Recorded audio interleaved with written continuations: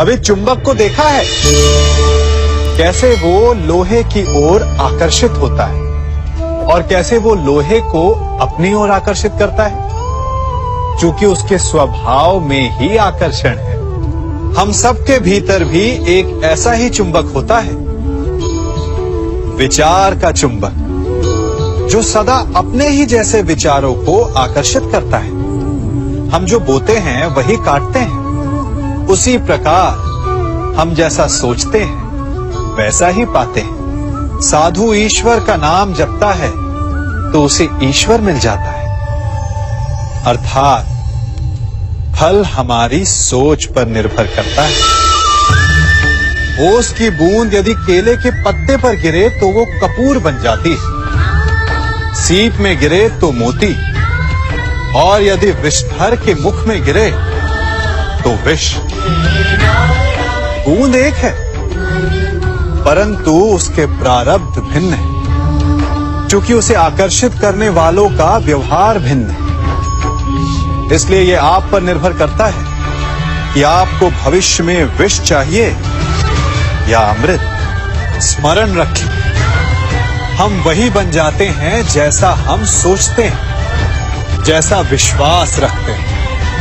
यह आपका विश्वास ही है जो ये निर्धारित करेगा कि आपको विष मिलेगा या अमृत। इसलिए अपनी सोच को सुदृढ़ रखिए, सकारात्मक रखिए, और फल भी सकारात्मक ही आएगा। जब से ये सृष्टि बनी है, नदी की धारा और चट्टान के मध्य सदा संघर्ष रहा है, परंतु हर बार चट्टान की कठोरता को हारना पड़ता है, और नदी की धारा कोमल होते हुए भी कठोर चट्टान को काट देती है। कभी सोचा है क्यों?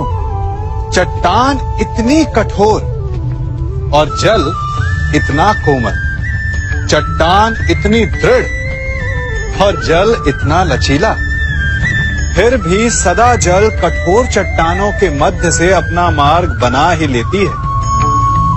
कारण केवल एक है, और वो है लगातार चलने की क्षमता।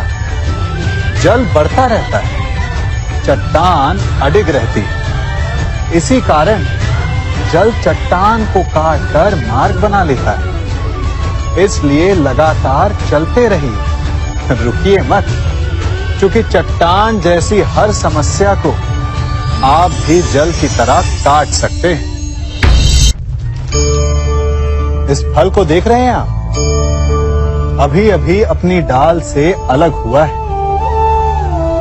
बड़ा दुख होता है ना जब आप अपने उद्गम से अलग होते हैं, परंतु ये दूरी भी आवश्यक है। अब इस फल को ही ले लीजिए। अपने जीवनदाता वृक्ष से अलग होकर ये ना केवल किसी की भूख शांत करेगा, अपितु इसके भीतर के बीज से एक नए वृक्ष का सृजन भी होगा और कई फल जन्मेंगे। सृजन की प्रतिक्रिया में पीड़ा आवश्यक है। यदि पीड़ा नहीं होगी तो सृजन नहीं होगा। पीड़ा अपने उद्गम से दूर होने, पीड़ा अपनों से दूर होने। इस फल की भांति हम मनुष्यों को भी अपने उद्गम से, अपने सगे संबंधियों से अलग होना पड़ता है, और यही अलगाव एक नए सृजन को, एक नई सृष्टि को, एक नए विकास को जन्म देता है। इसलिए ऐसे अलगाव से दुखी मत होइए, उसका स्वागत कीजिए, क्योंकि ये विकास की नींव है। अपराध वो भावना है जिसके कारण संसार में सदा दुख ही व्याप्त रहता है। हम सब अपराधियों से घृणा करते हैं, उन्हें कोसते हैं, परंतु क्या कभी विचार किया है कि कोई भी जन्म से अपराधी नहीं होता? तो ऐसा क्या कारण है कि कोई इतना बुरा बन जाता है कि वो बुराई की सीमाएं ही पार कर जाए? कारण है कामना। यदि कामना पर नियंत्रण ना रखा जाए यदि कामना को पूर्ण करने के लिए परिश्रम ना किया जाए तो वो तृष्णा में बदल जाती है, और तृष्णा लालच में, और लालच छल में, और छल करते ही मनुष्य अपराध की ओर अपने पग बढ़ा देता है। इसलिए ये अत्यंत आवश्यक है कि मन की कामनाओं पर नियंत्रण रहे। यदि मन पर नियंत्रण रहेगा तो अपराध पर स्वयं ही नियंत्रण हो जाएगा।